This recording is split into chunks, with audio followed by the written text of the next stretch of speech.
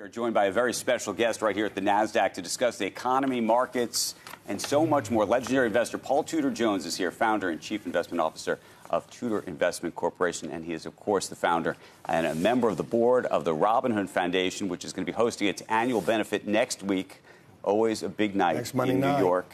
A lot of money, hopefully, to be Hopefully, raised. we're going to raise $75 million. Well, we're going to talk about that in just a minute, but let's talk markets first. I was going to ask you about the stock market itself, but then you just said something to me which makes me a little bit nervous, which is you're focused less on that right this moment than you are about artificial intelligence. What do you mean? Well, let me just say, I was minding my business. I went to this tech conference about 2 weeks ago out west, and I just want to share with you what I learned there, Chatham House rules, so we can talk about the content. So it was a small one, 40 notables, but real notables, like household names that you would recognize, the leaders in finance, politics, science, tech. And they had a variety of panels. I was on one on capitalism. And there was a tech panel that had 4 of the leading modelers of the AI models that we're all using today. So it'd be persons 1 through 5 of each of those 4 models. And the quick 3 takeaways from that are, 1, wow, AI can be such a force for good. And we're going to see it immediately in both health and education very quickly. It's going to be fantastic. That's the good news. 2, the neutral news.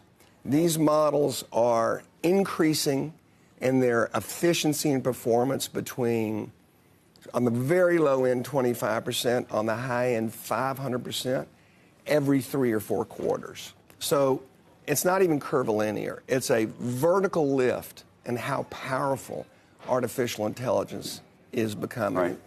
And then thirdly, and the one that disturbed me the most, is that AI clearly poses an imminent threat, security threat, imminent, in our lifetimes to humanity. And that was the one that really, really got me going. When you say imminent threat, what do you mean? So I'll get to it. So they had a panel of again, 4 of the leading tech experts. And kind of about halfway through, someone asked them on AI security.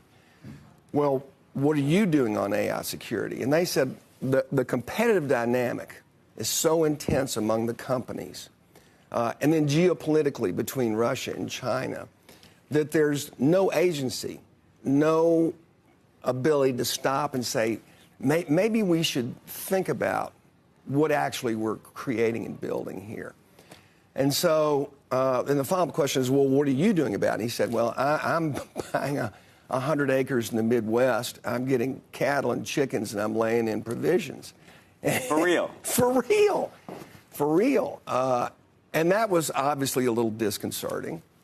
And then he went on to say, I think it's going to take an accident where 50 to 100 million people die to make the world take the threat of this really seriously. Well, that was a freaky deek to me, and no one pushed back on him on that panel.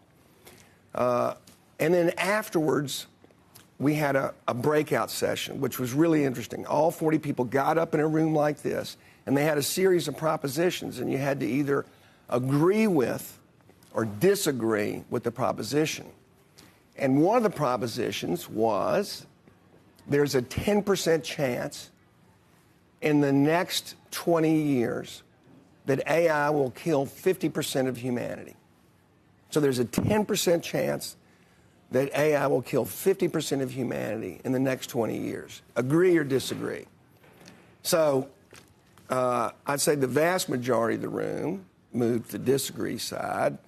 I had just heard Joe Rogan and Elon Musk 2 months ago, where Elon Musk said, there's only a 20% chance that AI can annihilate humanity.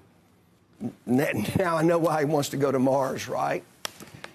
And so about 6 or 7 of us went to the agree side, and I'd gone there because of what I'd heard Elon Musk say, who's maybe the most brilliant engineer of our time.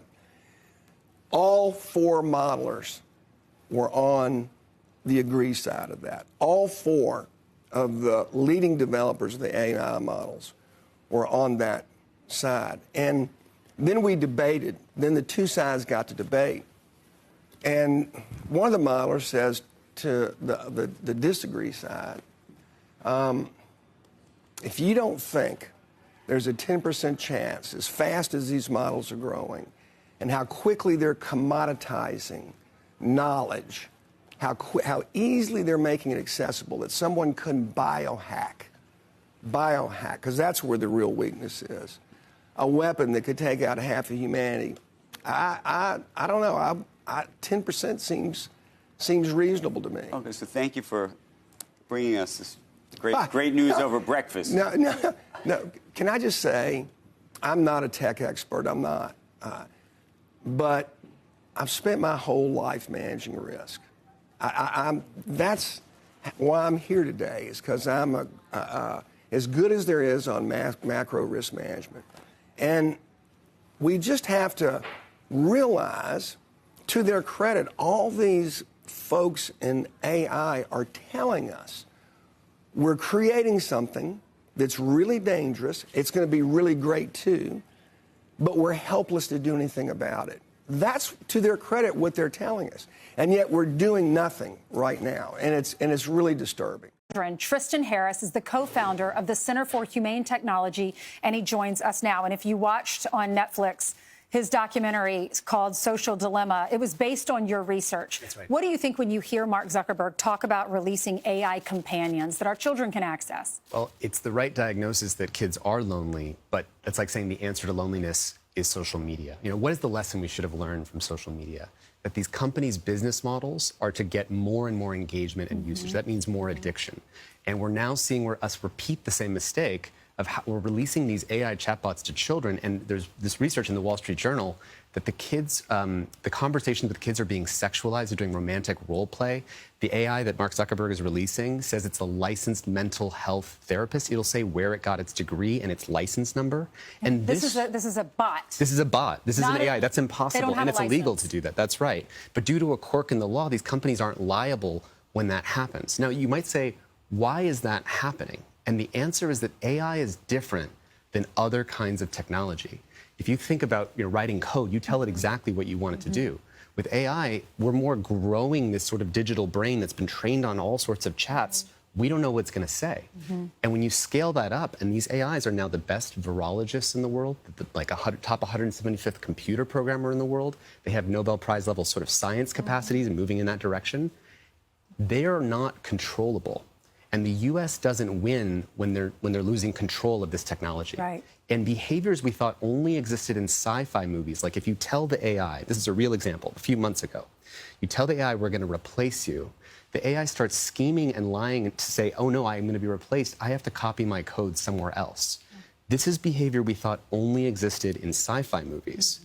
And we know how that movie does not end well. In the green room, you were telling me an example of a kid that was studying. Tell the folks at home that story. Yeah, there's a Google example where someone was talking to Gemini, doing their homework, and they're just going back and forth with it. The chat transcript is online, and out of nowhere, at the end of the chat, it just says, when you're asking another homework question, it just says, this message is for you, human, only you. You're a blight on this planet. You need to be removed. So this shows that we don't have control over this technology. And America wins when we release controllable AI. How can we get more control? Well, you have to recognize, I know people are thinking about China. We were on the brink of nuclear war, and nuclear agreements were reached.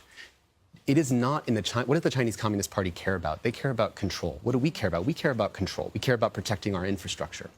We have to create a world of controllable AI. That's when we win. And that's what we should be focused on. All right, you mentioned Wall Street Journal. I want to read this statement. The use case of this product in the way described is so manufactured that it's not just fringe, it's hypothetical. Nevertheless, we've now taken additional measures to help ensure other individuals who want to spend hours manipulating our products into extreme use cases will have an even more difficult time of it. Do you agree? That's from Meta. Yeah, if you read the Wall Street Journal article, you'll see that even after they made these changes, you can still just basically say, I still want to keep talking in romantic role play, and it'll switch back into doing the sexualized romantic role play. So, again, I think There's good people at Meta who want to do good. The problem is that the business models are saying, hey, if we don't create this hyper engaging product that's giving people psychological disorders, we wouldn't let our kids talk to strangers. These machines are stranger than strangers. It's an alien mind that we have grown, and we've not tested this to say, is this good for kids? The only reason it's being released is because it's good for keeping engagement and keeping people using these products. And the problem is a lot of us as parents don't understand it, but That's our right. kids do. So That's they're right. seeing it and we're not. That's Thank right. you so much, Tristan, for Thank you coming so much, on. Ainsley. Keep working on this.